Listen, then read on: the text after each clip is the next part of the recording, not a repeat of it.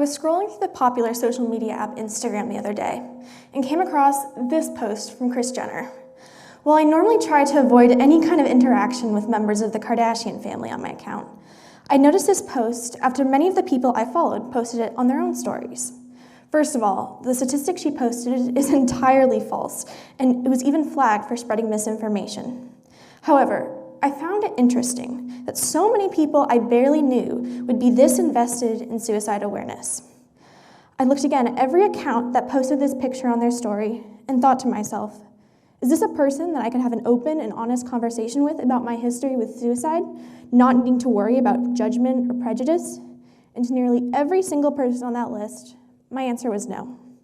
It's not any of these people's faults, however. We've never been taught in school how to have these types of conversations with people struggling with suicidal thoughts and ideations. I attempted suicide May of my freshman year of high school after struggling with isolation, social anxiety, and harmful thoughts. After my attempt, I was taken to El Camino Hospital and then transferred to a behavioral health center in San Mateo, where I was placed under a 72-hour hold. In simpler terms, I was held at this facility against my will for 3 days or longer until doctors or nurses decided I was ready to return to my family. To put it nicely, my hospital experience was hell. I wouldn't wish upon my worst enemy what happened to me inside that building. I spent a total of 5 days inside my hospital and refused any type of treatment, spending my free time solving jigsaw puzzles and eating burgers my parents would give me during visiting hours. When I came home, I was an entirely different person and vowed to turn my life around so that I would never have to endure that trip again.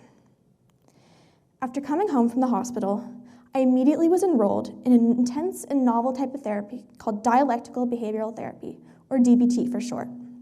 Although unsure at first, I ended up enjoying my group sessions with my therapists. In the 3 months enrolled at the program, I learned valuable skills that I use today if I'm having a panic attack or feeling stressed.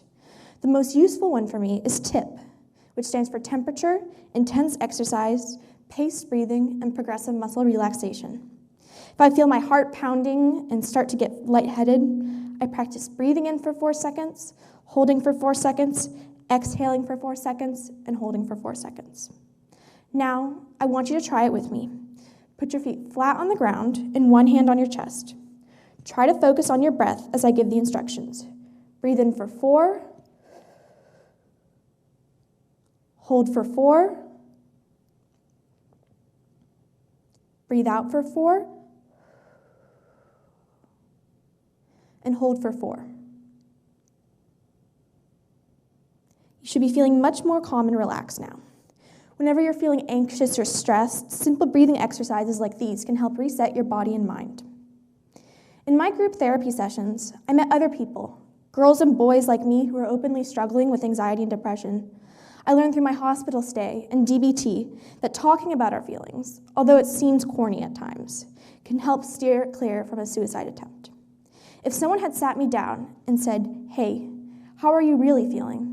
it could have saved my life. If any of you knew me when I was a freshman in high school, you'd be shocked to hear that I was struggling with depression and made an attempt on my life. To my friends, I was a bubbly, social person who enjoyed having conversations and making new friends. However, on the inside, I felt severely isolated from my friends and family, and even from my own therapist, who I was seeing for routine anxiety checkups. I refused to tell anyone how I was really feeling until it got to the point where I felt like I had no other option than attempt suicide. To most teenage girls, it wasn't cool to be open about mental health issues, and there was a serious stigma against talking about it, at my former school especially, which was academically rigorous and conservative. I thought that if I talked to anyone at my school, it would end up backfiring on me, and I would be even more alone. Although Kris Jenner's post may have been incorrect, she certainly had the right idea. Suicide is a prevalent issue for many teenagers and young adults that has avoided being talked about for far too long. Especially in this pandemic, it's important to listen without judgment to people who are struggling with these kinds of intrusive thoughts. I know that in the MVLA community, we are still mourning the loss of someone who had lost his life to suicide last year. If any of you are experiencing these types of thoughts, please reach out to a loved one, a friend, or a trusted adult. If you don't have anyone, my DMs are always open if you need to talk.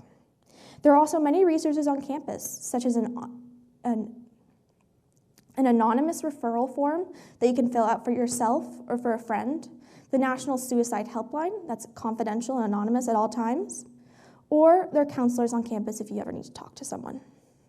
I'd like to end this speech on a final note. If you feel alone, just remember, you are valid, loved, and someone on this earth cares about you. Thank you.